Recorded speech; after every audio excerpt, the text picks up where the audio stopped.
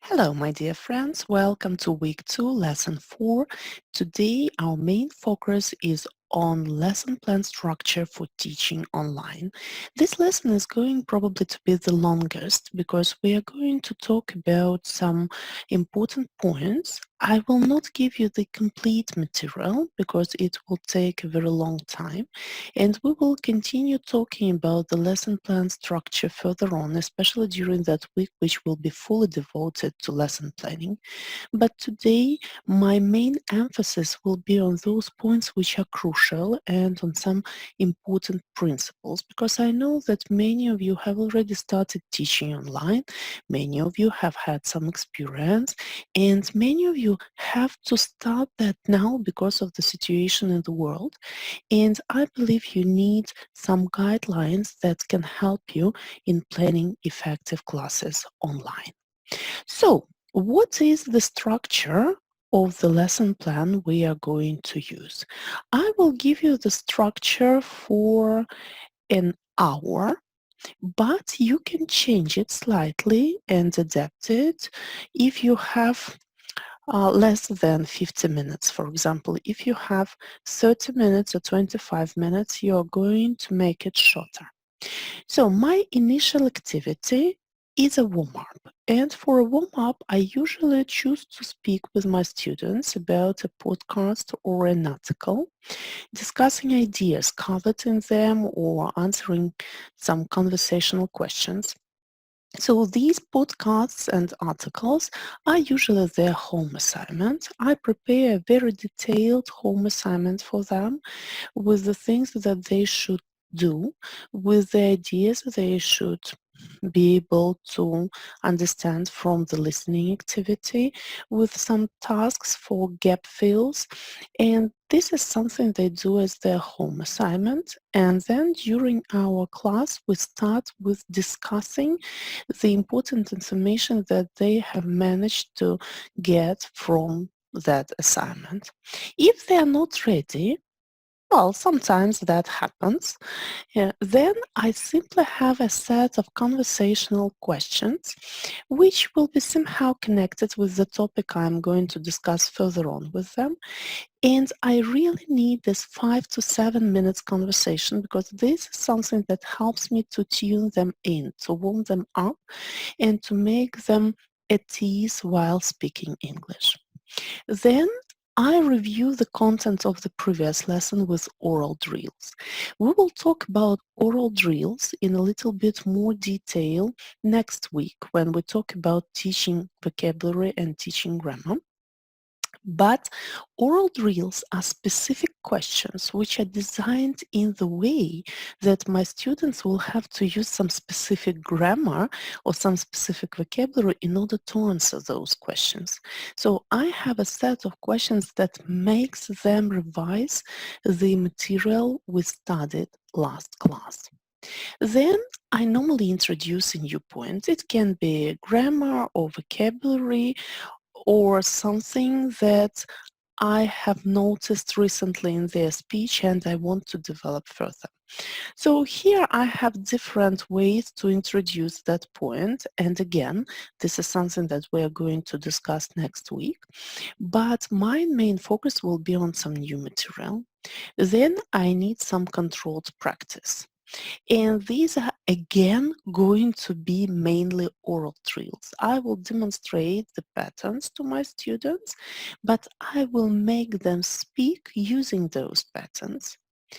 After that, I need some free practice. This is the situation when I do not control it so much. I do not give them the patterns for the sentences they have to use, but this can be something which has more options. For example, it can be a role play designed in some specific way. It can be a debate. It can be a discussion. So something freer, but still making them use the points I have just explained. Then, normally, if I have time, I will introduce another point. It must be something easier or smaller which is not very demanding in terms of understanding, in terms of mental resources they have to use. Or this can be a kind of a revision that has of something that has been studied a long time before. And this is something that I can skip. If, for example, I have a 30 minutes class, I am likely to skip the second part. Again, I have some controlled practice of the second point. Then I give home assignments explaining very clearly what they should do.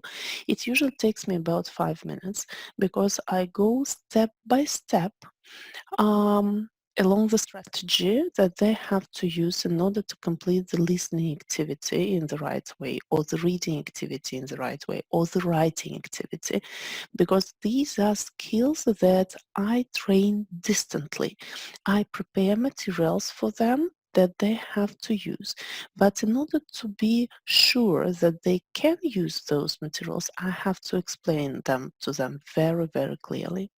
And finally, there is the last point of my plan. The last point is very short. It usually takes about 5 minutes, but this is an activity which is very fast and which gives a lot of energy to them. And it must be funny, it must be enjoyable. For example, it might be a short quiz, or it might be a session of firing questions when I ask them something very, very quickly and they have to answer.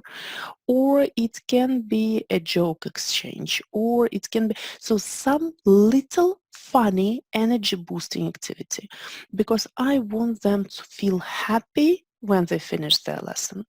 Very often our students feel tired because this activity is mentally demanding. They have to use a lot of resources. So at the end of my class, I want them to get relaxed, and I want them to get that boost of energy so that they continue their working day feeling happy and satisfied. And this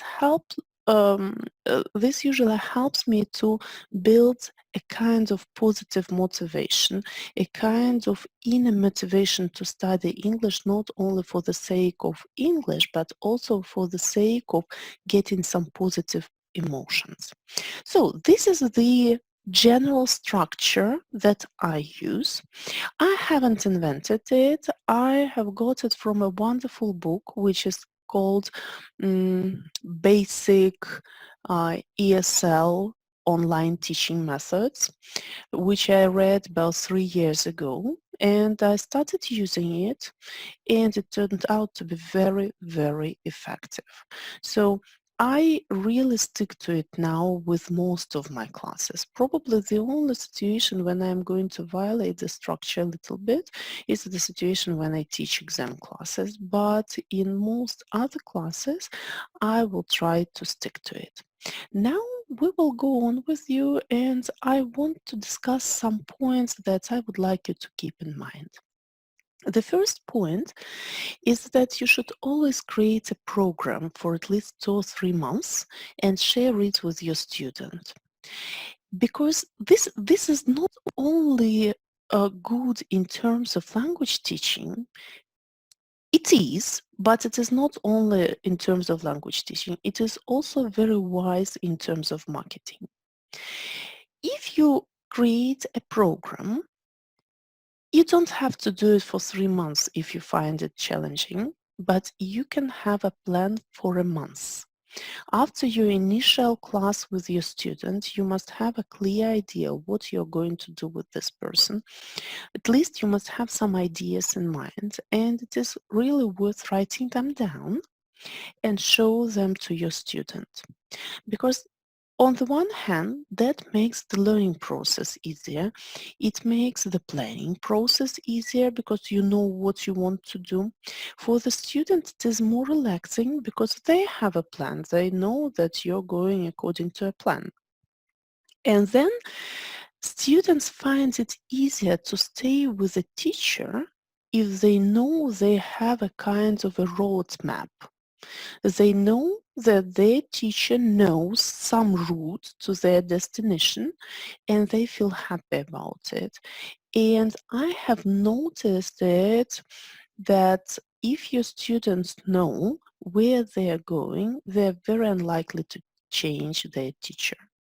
Otherwise, if they are not sure, they will try somebody new all the time because the competition is huge. Then another point is to begin your lesson with an easy speaking practice. So it mustn't be challenging, it mustn't be demanding, it must be something very easy, but this part is necessary. You want them to switch on. You want them to be engaged and active, and it can be done in a very informal way.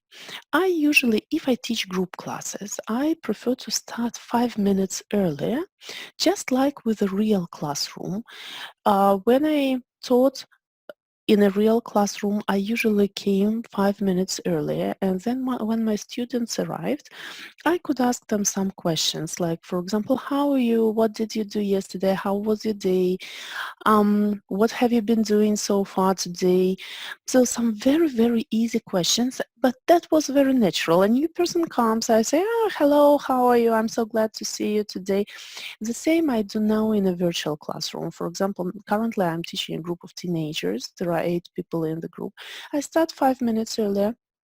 And when each of them joins our virtual classroom, I say hi, I ask some questions about the subjects they had in the morning. So something very easy, but you really need it because they need to tune into the lesson. Then review is crucial because when you review and revise, you help your students to boost their confidence. They remember something, they can use it, they feel relaxed, they feel the sense of achievement, but it is also important because they see the potential trajectory of the class. They know that first they will revise, then they will take something new. And this structure is very important. We always think that we need lots of fun and surprise and entertainment. Fun, surprise, and entertainment, well, are good things, but very often our students need structure. Then in the framework of the structure, you can do something that is fun, but first you must focus on the structure that you can provide. And this will also help those students who do not do their home assignment. I have such students, I have a lot of them, because many people whom I teach are business people. They are very busy. They really work a lot. I have some people who have top managerial positions. They work 16 to 18 hours a day. They don't have any time for their home assignments, even if they want it very much. But if I review regularly every class 5 minutes, they will learn those words. I know it from my own experience. This is the way I learned Portuguese and Spanish. I don't have so much time for doing any extra learning, but because my poor teacher has to review something with me every class, I remember a lot of words without learning them, on purpose, but I pick them up just from the conversation with my teacher. Then every class gives something new, at least one little point, but however important the revision is, your class shouldn't be revision only, because your students must always have the sense of getting something new, learning something new. Because at the end of the class, you can ask them about what was the thing that they liked the most, what was the new bits of information that they have learned today, and what they would like to do next time. So, but every class you must have a little new point. Then when you teach new points, try to elicit a lot. Don't give them information, but try to make them think and make them create rules themselves. We are going to talk with you about next week about the approach which is called test teach test, and about the approach which is called guided discovery. These approaches are very important because they make people think. So try not to present the information, but try to make them come up with the ideas about the rules you want to teach them. This is good not only because they will remember that better, But this is good also because they will speak more. And your main focus is on making them speak. It's not your class, it's not your speaking activity, it is theirs. So make them speak. Use drills a lot, but these are not pronunciation drills because most people hate pronunciation drills. These are not pronunciation drills, but these are just patterns and structures which are built in the way that make students repeat something many, many times. Design speaking questions in the way that students have to use specific grammar phenomena. And again, a little bit later, I will share the sets of such drills with you that drill different grammar points, and we will see how we can apply these drills in our practice. Another important thing is the material that you can use for freer practice.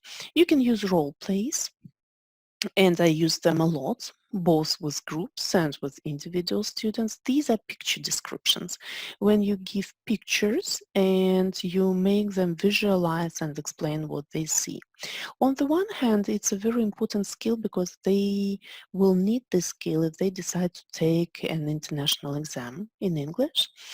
And on the other hand, it is easy to facilitate speaking with pictures. So next time during our feedback session, I will show you some ways of how you can do that. Last 5 minutes are important because these last 5 minutes are the time when you can answer their questions, you can set homework, and more than that, you can give them the promise and the purpose about the next lesson. The promise is something that they will get. The purpose is something that you want to teach. Every class I spend some time telling them what we are going to do next time. For example, I say we are going to learn 5 new verbs. We are going to practice talking about your free time. And at the end of the lesson, you will be able to speak about your day. So I always tell my student what we are going to do next. Then, if you teach on some platform like italki, for example, or Preply or Verbling, you will have to complete feedback forms. This is a kind of a rule with all platforms. After your class is over, they send you a feedback form, whether you're a student or a teacher, and you have to complete the feedback of your on your teacher, saying that you liked this teacher, or you didn't like, and what you learned, and so on. But teachers also have to complete feedback forms on their students, and that can take a lot of time. In order to optimize this process a little bit, prepare a document with 10 to 20 different feedback options. And then after the lesson, simply go there, copy one of them, put the right name and send it, because otherwise you will spend a huge time just completing feedback forms. Then another important point, which is more about conducting your lesson than structuring it, but when you teach, try to use a lot of international words and cognates in your speech. Do not try to make it very, very English specific unless you teach an advanced class.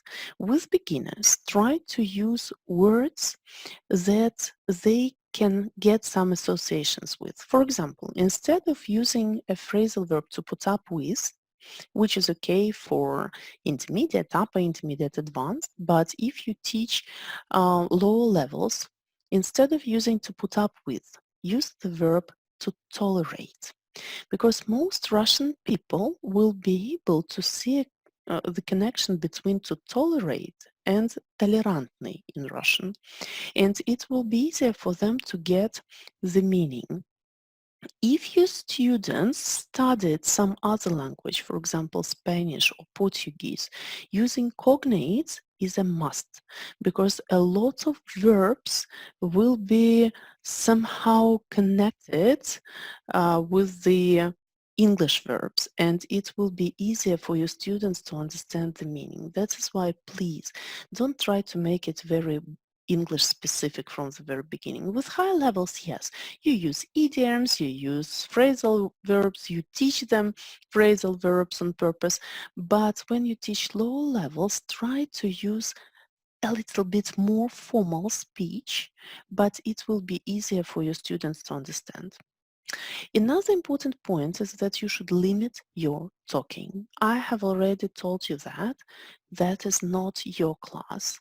That is why make sure you do not speak more than 20% of the class. Make your students speak.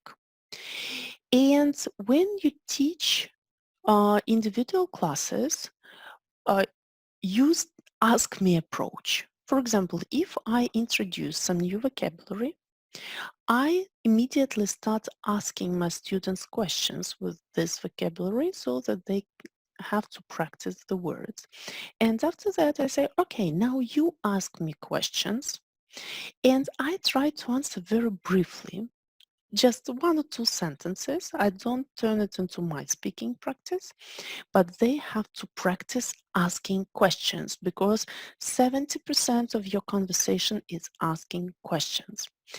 And in a group, I use a slightly different approach. I make them ask each other. For example, we covered some new vocabulary.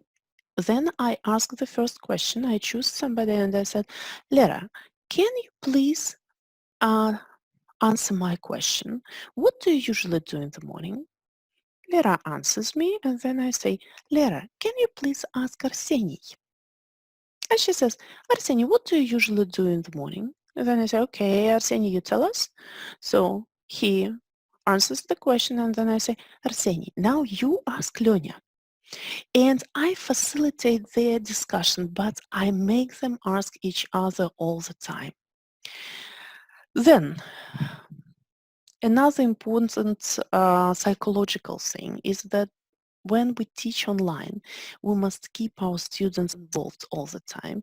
And I think I have already told you 100 times that we must change the activities pretty often. And you have seen that from my plan. But always try to keep them involved and keep the pace. The pace must be fast. It's like ta ta ta ta ta. It's not like explaining for a long time, doing exercises for a long time. It is very, very quick. And in order to achieve this quick pace, you need chain activities. Snowball stories like you say one sentence, you say one sentence, you continue, you continue. So one by one, speaking activities. I ask the first question, you ask your partner, you ask your partner, you ask. So different chain activities when they have to speak and they always have their speaking practice time. Then another important point is to encourage interaction both in class and outside the class.